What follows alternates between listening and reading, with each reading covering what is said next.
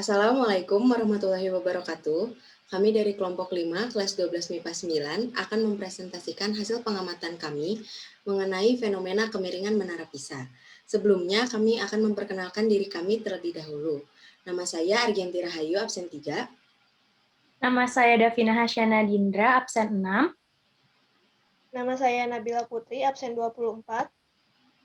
Nama saya Nadia Renaya Nata, absen 25. Ada beberapa pembahasan yang akan kami bahas, diantaranya pengertian matematika, konsep trigonometri, hubungan matematika dengan konstruksi, menara Pisa, evaluasi, dan kesimpulan.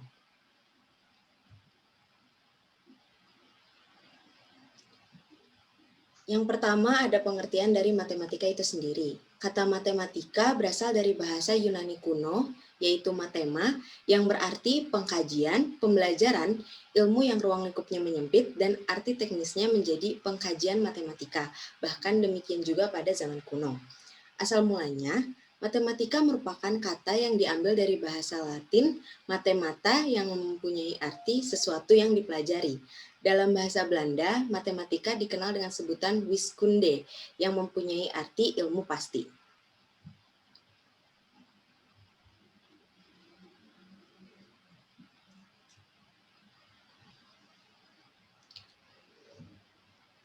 Pengertian dari matematika menurut beberapa ahli. Yang pertama menurut Suherman, matematika merupakan satu disiplin ilmu bagaimana cara berpikir dan mengolah logika secara kuantitatif maupun kualitatif. Sedangkan menurut Abdurrahman, matematika merupakan bahasa simbolis yang berfungsi untuk menyelaraskan hubungan kuantitatif dan keruangan. Fungsi teoritisnya untuk mempermudah dalam berpikir. Dapat disimpulkan bahwa matematika merupakan ilmu pengetahuan yang diperoleh dengan bernalar yang menggunakan istilah yang didefinisikan dengan cermat, jelas, dan akurat, representasinya dengan lambang-lambang atau simbol dan memiliki arti serta dapat digunakan dalam pemecahan masalah yang berkaitan dengan bilangan.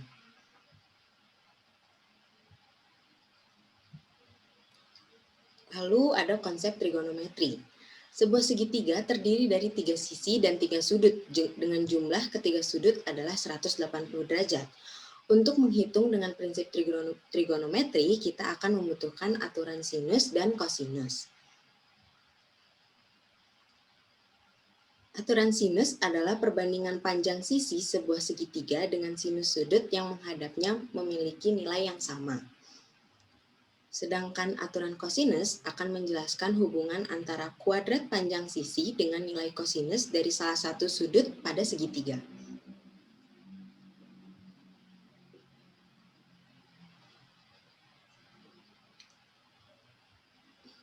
Yang pertama ada aturan sinus, dapat dilihat ada segitiga dengan sisi ABC.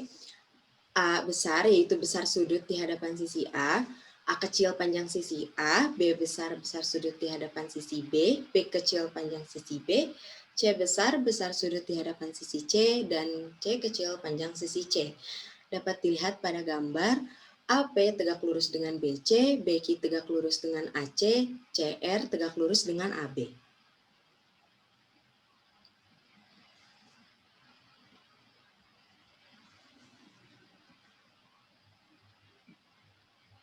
Lalu, masih dengan aturan sinus, bisa kita lihat pada segitiga yang ada di kiri. Lalu, pada segitiga ACR, sin A sama dengan CR per B. Maka CR sama dengan B sin A. Lalu pada segitiga BCR, sin B sama dengan CR per A, maka CR sama dengan A sin B. Kemudian pada segitiga ABP, sin B sama dengan AP per C, maka AP sama dengan C sin B. Lalu pada segitiga APC, sin C sama dengan AP per B, maka AP sama dengan B sin C. Berdasarkan persamaan 1 dan 2, akan didapatkan CR sama dengan B sin A dan CR sama dengan A sin B. Maka dapat diperoleh bahwa A per sin A sama dengan B per sin B. Lalu berdasarkan persamaan 3 dan 4, didapat AP sama dengan C sin B dan AP sama dengan B sin C. Maka B per sin B sama dengan C per sin C. Kemudian berdasarkan persamaan 5 dan 6 diperoleh A per sin A sama dengan B per sin B sama dengan C per sin C. Persamaan inilah yang disebut sebagai aturan sinus.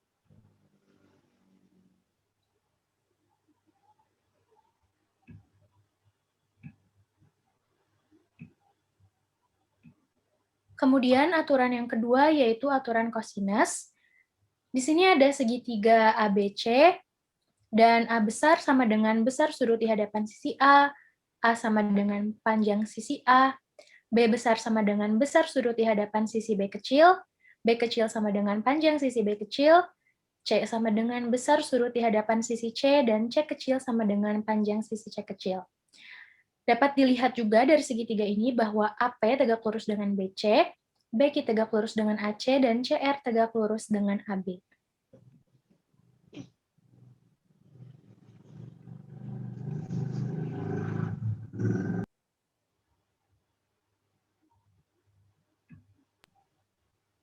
Kita bisa melihat lagi segitiga yang ada di sini. Perhatikan segitiga BCR. Sin B sama dengan CR per A, maka CR sama dengan A sin B. Lalu cos B sama dengan BR per A, maka BR sama dengan A cos B. AR sama dengan AB kurang BR sama dengan C min A cos B. Kemudian perhatikan juga segitiga ACR, di mana B kuadrat sama dengan AR kuadrat tambah CR kuadrat, di mana B kuadrat sama dengan C min A cos B kuadrat ditambah A sin B kuadrat. B kuadrat sama dengan C kuadrat min 2AC cos B ditambah A kuadrat cos kuadrat B ditambah A kuadrat sin kuadrat B, lalu hasil akhirnya akan menjadi rumus B kuadrat sama dengan C kuadrat tambah A kuadrat min 2AC cos B, yang seperti saat ini kita ketahui bahwa menggunakan analogi yang sama, diperolehlah aturan kosinus untuk segitiga ABC sebagai berikut. Jika A kuadrat, maka yang ditambahkan adalah C kuadrat tambah B kuadrat, dikurangi 2BC cos A. Cos A ini adalah sudut yang berada di hadapan sisi A. Kemudian B kuadrat sama dengan A kuadrat tambah C kuadrat min 2AC cos B. Cos B ini adalah cos dari besar sudut di hadapan sisi B kecil. Kemudian C kuadrat sama dengan A kuadrat tambah B kuadrat dikurangi 2AB cos C, di mana cos C ini merupakan besar sudut di hadapan sisi C kecil.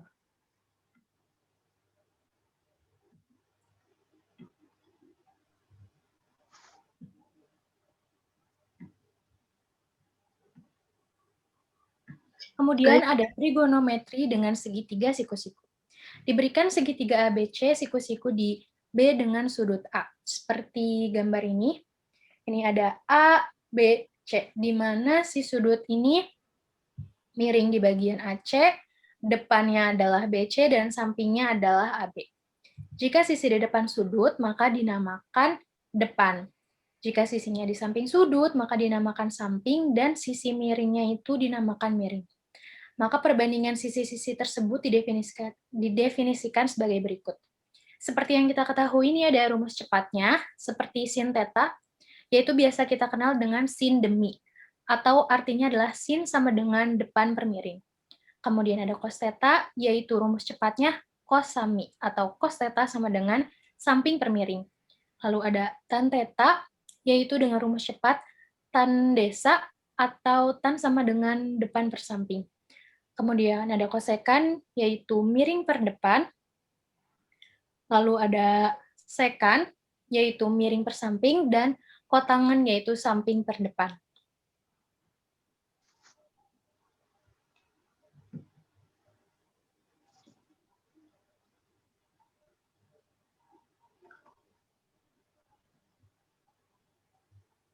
Lalu ada hubungan matematika dengan konstruksi. Peran matematika yaitu sangatlah besar dalam dunia hiburan, beberapa analisis, dan juga arsitektur. Salah satu manfaat dan cabang ilmu matematika adalah dalam bidang arsitektur, yaitu penerapannya dalam pembuatan suatu bangunan. Bangunan dan matematika. Banyak bangunan dengan berbagai bentuk dan memiliki seni arsitektur tinggi, perhitungan tepat agar bangunan berdiri kokoh, pembentukan sudut-sudut antar ruangan, yang tentunya ada kesinambungannya dengan ilmu matematika. Arsitektur dan matematika merupakan dua bidang ilmu yang saling berhubungan, dan setiap bangunan yang ada di muka bumi ini dibangun dengan proporsi yang mewakili presisi matematika. Sebab presisi hitungan dalam rancangan suatu struktur bangunan sangatlah penting. Selanjutnya di sini saya akan menjelaskan tentang sedikit Menara Pisa, mulai dari sejarah, kemudian deskripsi, dan kemiringannya. Yang kita ketahui Menara Pisa itu miring, namun pada kenyataannya awalnya itu tidak miring. Namun karena struktur tanahnya yang rentan menyebabkan menara itu miring.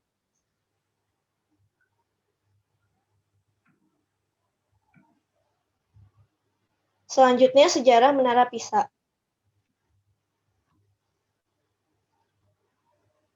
Menara Pisa atau dalam bahasa Italia disebut sebagai Torre Pendente di Pisa adalah sebuah menara lonceng dari sebuah katedral di Pisa, Italia.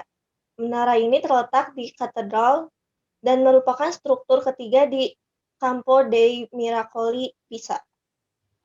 Konstruksi dari Menara Pisa ini dibangun dalam 3 tahap yang memakan waktu sekitar 200 tahun. Yang pertamanya dimulai dari Marmer Putih pada tanggal 9 Agustus 1173 pada masa kejayaan militer kemakmuran Italia.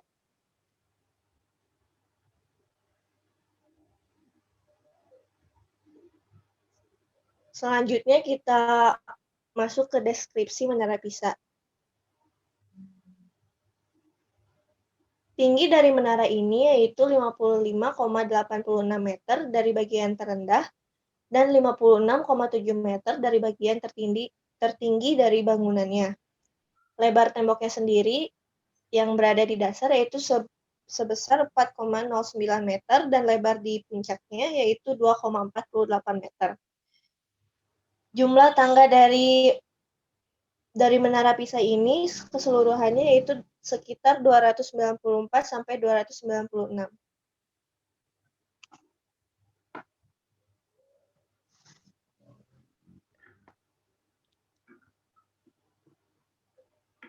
Seperti yang sudah saya sebutkan di slide sebelumnya, bahwa pada awalnya Menara Pisa ini tidaklah miring, yaitu berdiri tegak. Pembangunan sempat dihentikan pada tahun 1178, dilanjutkan pembangunan menara mulai miring.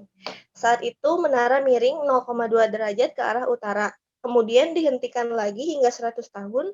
Selama berhenti, menara semakin miring 1,6 derajat ke arah selatan. Akhirnya, karena kemiringan tersebut dilakukan restorasi dan membuat menara cenderung stabil. Kini menara itu mengarah ke arah selatan dengan kurang lebih kemiringannya 3,99 derajat.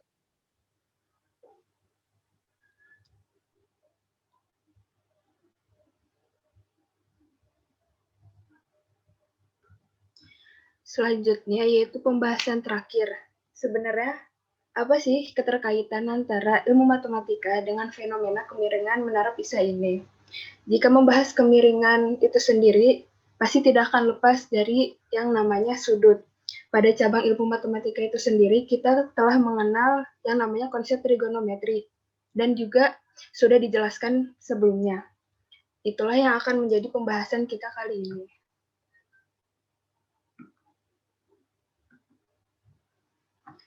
Dari salah satu sumber yang kita dapatkan di internet, kami mendapatkan data atau ukuran tinggi dari Menara Pisa ini.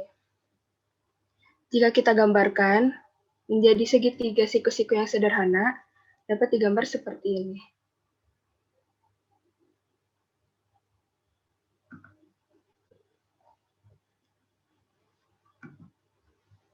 Kemiringan sudut bisa disimbolkan sebagai beta dalam gambar ini. Jika kita menggunakan konsep kosinus untuk mencari besar sudut beta, dapat kita gunakan cos sami, yaitu cos sama dengan samping per miring. Samping sebesar 56,116 meter per 56,2094 meter. Beta menjadi cos acos 56,116 per 56,2094, sehingga didapatkan beta sebesar 4,56 derajat.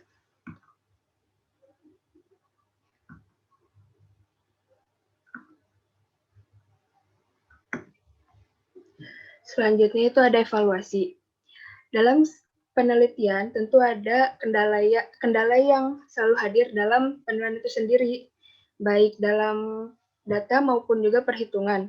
Dalam pengamatan yang kami lakukan ini bahwa kendala yang kami dapatkan yaitu data yang kami rasa kurang dari internet maupun jurnal-jurnal yang ada. Sehingga terjadi kekeliruan antara untuk mensinkronkan data yang kami dapatkan dari web satu dengan yang lainnya.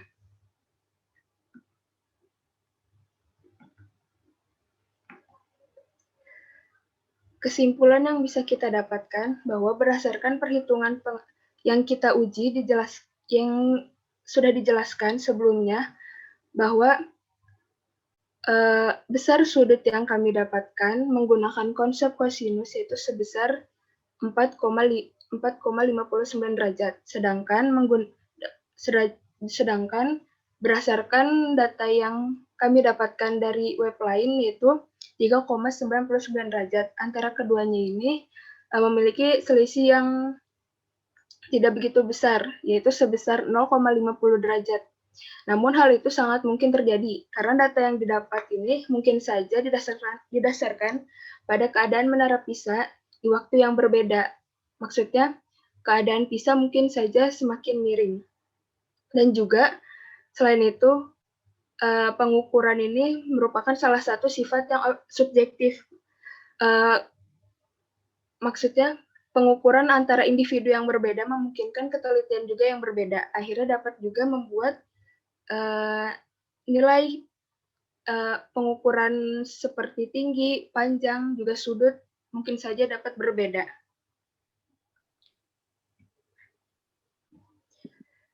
Sekian dari presentasi yang kami telah sampaikan. Mohon maaf bila ada kekeliruan atau kesalahan. Terima kasih banyak atas perhatiannya. Wassalamualaikum warahmatullahi wabarakatuh.